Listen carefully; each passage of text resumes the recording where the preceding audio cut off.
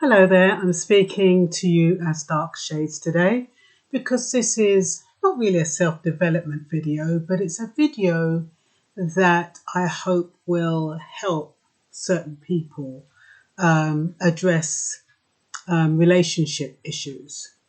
And I don't even know where I'm going to go with this. I've got some thoughts in my head and I'm just going to talk them out. So it's not structured, even though I've written down some notes. Now, the first thing I want to acknowledge is that we have a lot of people who are hurt, male and female, who are hurt, who've been betrayed, and who are not really happy people. A lot of people haven't forgiven the person who has hurt them. So they carry that kind of pain or discomfort with them. And when they're interacting with potential mates of either sex, they project that kind of disappointment on them. It's almost like they expect that person to disappoint them too. So they start asking awkward questions. And yes, we all have to ask questions and get to know somebody, but sometimes when somebody is hurt, they're actually accusatory. And they ask accusatory questions. And they kind of treat you as though you've hurt them already. And so when you're meeting up with people like this, the tendency is to say, oh, it's a red flag, let's stay away from that person. But hurt people need love too. And so that's why I decided to do this video, because each one of us can help each other to get through each stage of the hurt if we have the tolerance, if we have the time, if we have the capacity to love and to care for someone. And that is the foundation of what you need. Now, I think to start off with, to find out how hurt somebody is, you can treat relationships like a job. In your head, I mean. You're going for an interview. When you go for an interview, you research about the job you're going to go for an interview for. You kind of check out the job description, you check out the specifications, and then you match yourself with those specifications. The same is like when you are looking for a partner, whether it's online or in person. How much does that person meet your person specification? How much does that person meet your job description, or should we say spouse description? Because ultimately, when you're looking for a partner, well, hopefully you're not looking for a fling. You're looking for a long-time partner, possibly a spouse. So you should have a spouse description in your head about what you want from your spouse. And this is male and female, and what you can provide for your spouse, i.e. what you can give to the company, the same way what you can give to that spouse, and what that spouse can give to you in return. So you won't be exchanging wages or bonuses, annual leave and all that stuff, but there will be some kind of negotiation where each of you can bring something to the table and each of you benefit each other. That's how relationships, I think, could work. I'm not an expert. I don't claim to be. But I've seen and observed enough to know how a relationship can work if you choose wisely. And you don't choose from pain. You don't choose from insecurity. And you don't choose from dishonesty. Some people, when they meet somebody, they already have dishonest thoughts in their head. They already have ulterior motives. And no one can know that apart from the person themselves. So you're not always going to get it right. But hopefully by asking questions and matching the answers to what you need or what is important to you, you're halfway there. And then it's about giving the person a trial. You know, like you're on probation. You don't tell that person they're on probation, or maybe you would like to tell that person they're on probation. You could say, look, I'm really interested in you. I don't know enough about you. So dating can be a probationary period. Let's date for about 3 months and see how this goes. If at the end of 3 months we find that we're not compatible, then we'll leave it. But if at the end of the 3 months we're not quite sure, but if we seem to be getting on well enough, let's extend it for another 3 months and see how we get on. By the end of a year, you should know. You should know. And I'm not even, some people, they want to be intimate with people that they're dating. Some people prefer not to. It really depends on the two individuals. How comfortable you feel, whether or not you feel it can go anywhere. Like I said, relationships should not be built on insecurity. Relationships shouldn't be built on you making it convenient for the other person and putting your needs on the back burner. A lot of people, especially women, believe that they are supposed to make relationships convenient for the other person. For example, a man likes a woman and he says to her, "Oh, look, I live in South London. I know you live in Bedford, but I'd like you to come over to my house. Come over to my house and we'll do A, B, C, D, and E." Now, that person hasn't asked the woman if she can drive, whether or not it's convenient, whether or not it's how expensive it is.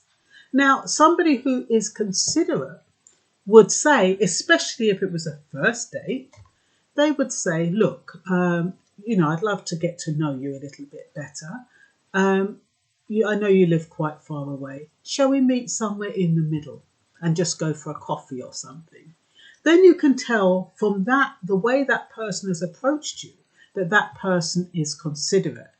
A person who says to you, "Oh, whether it's male or female, come to my house." House isn't the best place for a first date anyway.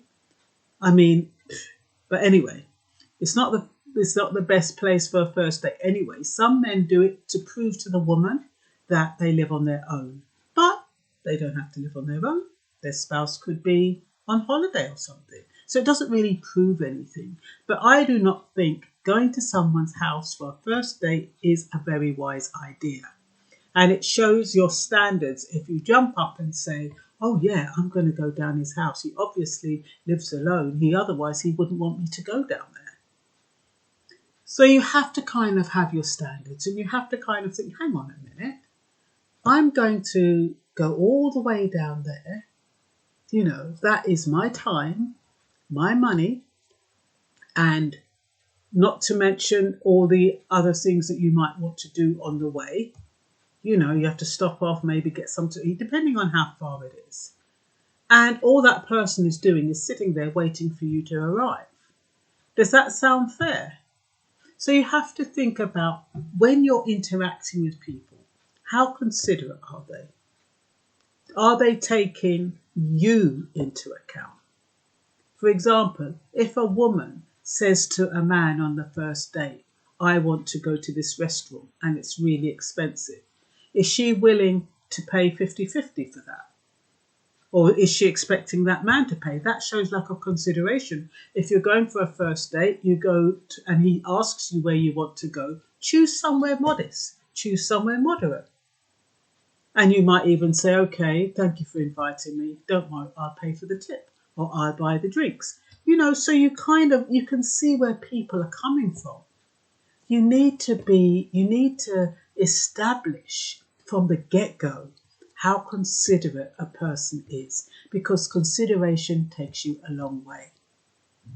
Regardless of how hurt or disappointed, people can be hurt, people can feel betrayed, and yet they can still be considerate. They still don't have to carry that weight. So depending on how a person interacts with you, it gives you some kind of indication on where they are in the healing process. Are they warm? Are they funny? Can they make you laugh? Are they light-hearted? Do they seem genuine? When you deal with somebody, whether it's on the phone, listen to what they're saying. Pick up clues. It's not like you're not Inspector Clouseau or Columbo, But it is important because this is your life you're dealing with. You've made a couple of mistakes in the past. You don't want to make much more in the future. And you can't predict what people are going to be like. Some people say, how do I know that person is the one? How do I know I'm going to pick the right person? Number one, it's what is important to you. What you can offer that person and what that person can offer you. And it should be organic. There shouldn't be too much of a weight, too much pulling and pushing. There shouldn't be too much effort, especially in the beginning. If in the beginning you call, somebody calls you and says they're interested and then they don't show any interest, I mean, that tells you that that person isn't really interested. Likewise, if a man shows a woman interest and she's not returning his calls or she doesn't use her initiative sometimes, that probably means she's not interested. The days where men pursued women relentlessly are long gone. We live in a disposable society. You say goodbye to somebody today, they've got somebody else tomorrow, male or female. Providing, as my mother says, I don't have no tree growing out of my face, it doesn't take long. So if you meet somebody who you like, you have to value them, you have to respect them, and you have to show consideration. And you can't take anything for granted. So it's flattering. I often get people saying, oh, you're so beautiful. Oh, I saw your face and I just had to call you. I don't want to hear that. I don't want to hear people talking about my beauty because my beauty is temporary. It's superficial. What I want to know is, how do you see my character, my personality? Who am I? You know what I mean? But you'll find a lot of people, they do that. They fling compliments thinking, oh, that will pull them in. That will rope them into the net. And so you have to be very careful. Women have to be careful of compliments and men have to be careful of somebody who's coming on too quickly and too easily. Because normally there is something underlying. I believe that yes, you can be magnetized to someone straight away. I also believe in love at first sight, but I also believe in being sensible and using your common sense. And when they talk about love at first sight, yes, you can be attracted to somebody, and yes, you can decide that that person is the person you want to spend the rest of your life with. But do your homework. You don't want a few years down the line, maybe not even a few years, a few months down the line, you've given everything, your heart and soul to this relationship, and it was just infatuation. You hadn't looked at what was compatible, what wasn't compatible. You'd just gone with the emotion, you'd gone with the passion, and you hadn't really taken into consideration that you had more differences than similarities. When you're thinking about relationships, you do have to look for similarities, and hopefully the similarities are more than the what's the other word? Not similarities. It's gone. I said it a few minutes ago. Well, you know what I mean. I'm not going to beat my head up about it. So, do your research on the person you're interested in. There's always ways to find out about people these days. You know, if you know their friends, you can get familiar with their friends. I mean, friends, especially of men, they don't really give much away. So, you're not really going to know much from talking about male friends, although male friends can probably learn a lot from talking about a potential spouse's female's friends. Because they say, show me your friends and I shall tell you who you are. And some people think, oh, well, I'm totally different from my friends. But there has to be something in common why you get on with these people. So that is why that comes around. Be prepared to ask questions. Be prepared to answer questions. You ask a question and the person is a bit hesitant or a bit shifty, or, you know, why are you asking that kind of question? We've only just met. And, you're coming on a bit too strong. That's a sign that maybe that person has something to hide. because I think the beginning is the best time to ask questions. You don't owe anybody anything. So it's the best time to be honest and open. Down the line, you don't need to ask all those questions again, and you've got them out of the way. All the awkward questions, you've got them out of the way. But if you wait and you kind of a bit shifty in the beginning and you decide, oh, I don't want to tell you about that bit, supposing it doesn't go anywhere. Well, supposing the relationship does go somewhere and you've withheld that important information, that could make a big difference. And it could mean that you can't be trusted. So it is important to ask questions and answer questions. It's important to listen and be heard. So you check whether or not that person is actually interested in what you're saying. Some people, they're listening to you, but they're not listening. Their head is all over the place and they just want to get on with it. All the preliminaries, they're not interested in it. They just want to get on with the relationship. So make sure that that person is actually interested in you, and you can tell whether somebody's interested in you because they will pay attention and they will remember what you tell them. Like I said, compliments are okay, but make sure they're backed with something substantive. What are your expectations? Remember that no one person will meet all your expectations. What are your needs? Who benefits? Don't put your needs on the back burner. Make sure that your needs can be met and that your needs are reasonable. And even if they're not, needs are needs, to be honest. Wants need to be reasonable. But your needs are what is important to you. And what are your needs based on? Are they idealistic needs? Do you need to be validated? Are your needs based on fairness? Are they based on balance? Is it about your personal time? How much time you need for yourself and space you need for yourself? How much relationship time do you need? What are your rules for a healthy relationship? How does that factor into your needs? And are your needs realistic? What is the level of your self-esteem? Are you capable of starting a relationship in a healthy way? What do you think of yourself? If you don't think much of yourself, you're not going to think that person thinks much of you either. So you need to have a high level of self-esteem. And what do you think about women in general? What are your views about women? Because what your views are about women are your views about yourself. And similarly with men, what are your views about men? What your views are about men are your views about yourself. You get some men who say, oh, I don't trust you with that man, he's up to no good. Probably because if he was left with a woman, he might be up to no good. So just pay attention. So where are you now? Are you ready for a relationship? You might want a relationship, but are you ready for a relationship? Are you on the rebound? Have you just come out of one relationship and you want to jump into another so you're not alone? Are you emotionally ready for a relationship? Do you have trust issues? Are you afraid to get hurt so you're kind of holding back and you built up a wall? Are you not sure whether somebody is genuine? And so therefore you can't be genuine because you're trying to gauge that person, where that person is coming from. Are you still damaged from past hurts and indiscretions?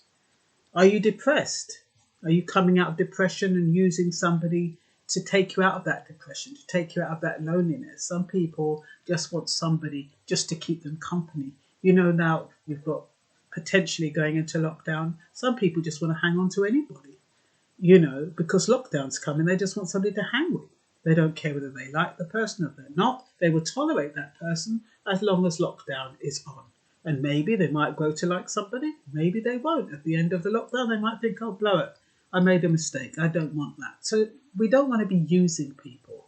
We need to know that whoever we choose to take into our lives, they're the person who we want to stay in our lives. Okay, are you compatible spiritually? What is your faith, each other's faith? That's important. Financially, are you financially stable? Have you got lots of debt? What about the partner, the potential partner? That is something that people don't talk about. It's not a good subject when you meet somebody. You're going to say, oh, you've got debt. how much money you got in the bank.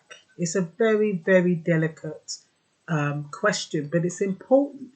You don't want to take somebody who's got debt and who next minute they're going to be asking you for a loan or asking you to bail them out. That's not what you want. Either of you want, male or female. Men don't want women who are riddled in debt and they just want a man so that they can say, oh, give me so much money a week, and then, to get them out of debt. Men don't want that either. So just make sure you're coming into a relationship that's fair and balanced and lucrative. And two of you have got probably about the same to bring to the table. So what is your foundation? What is your housing situation? What is your health like? What is your employment status? Some people they have health problems, and they don't want to disclose the health problems because they think that's going to turn the person off. That's very unfair. You need to be honest and open to anybody you intend to spend time with. Give them the choice. Give them the opportunity. They could well say, oh, thanks for telling me. Oh, not to worry. I'll be there to support you. But when you don't tell them and you wait until you're in a relationship and then you disclose it, that person will feel tricked. And then you're not going to get the same amount of empathy or compassion you would have got had you told them in the beginning. At least when you tell people up front, they know what to expect. Give people a choice. It's like some men who go into relationships and they have women on the outside and they think that, okay, they can date you. They make the choice to date you. And then once you're in that relationship, then they tell you, oh, well, I am actually seeing somebody. We're not getting on too well. They've taken away your choice to choose. You could well have decided if they told you from the beginning, okay, he's got somebody else, but I quite like him. So I'm going to go with it. So, but when they do that and they don't give you the choice, it's very unfair. So make sure that the person is single. If you don't mind if they're married, then that's fine too. That is your choice, but at least be honest up front. Are you on the same page? How much time do you need? Do you need to do everything together, or are you happy doing things separately? Can you make an arrangement when you want to see each other? Does it work for you in that way? That's very important.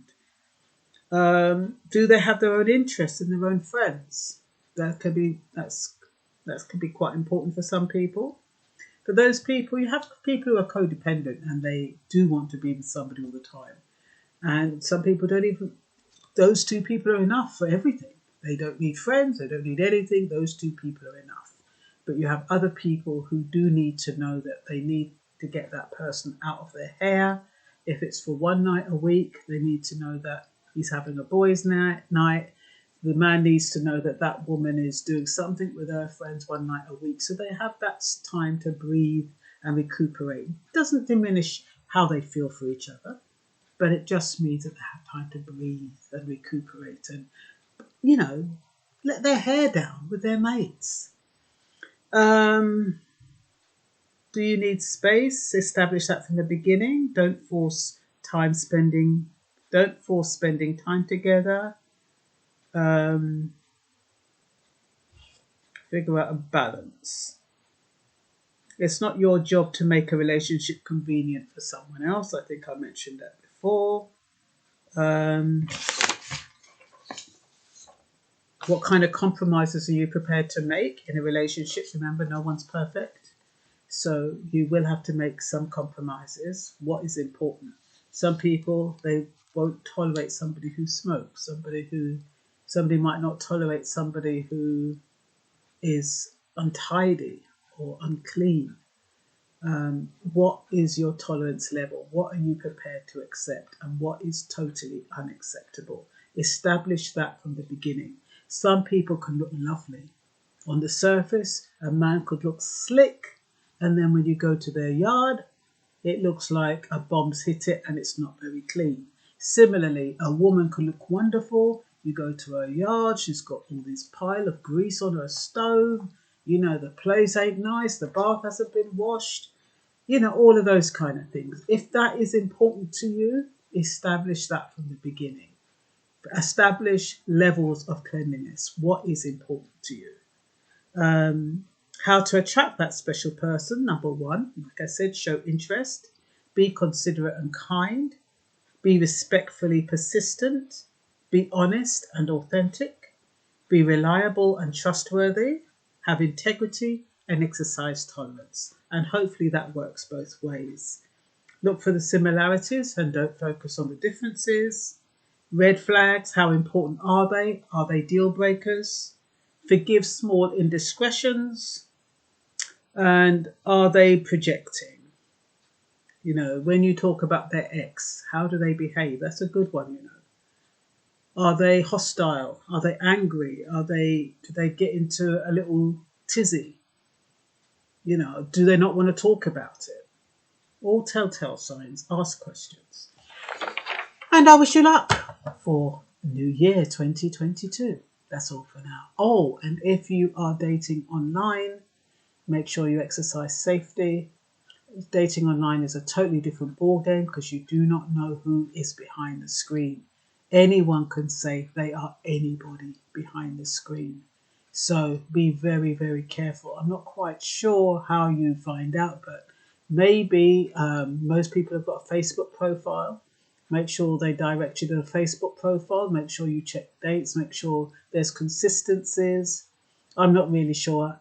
In this day and age, the technology is just so fascinating. People can do anything. So just exercise safety. Don't give away personal details. Don't let anybody know where you work, what you're earning, those kind of things. Be sensible. Don't give away your address until you've established a really, really good rapport. Okay, and that's all for now. Bye-bye.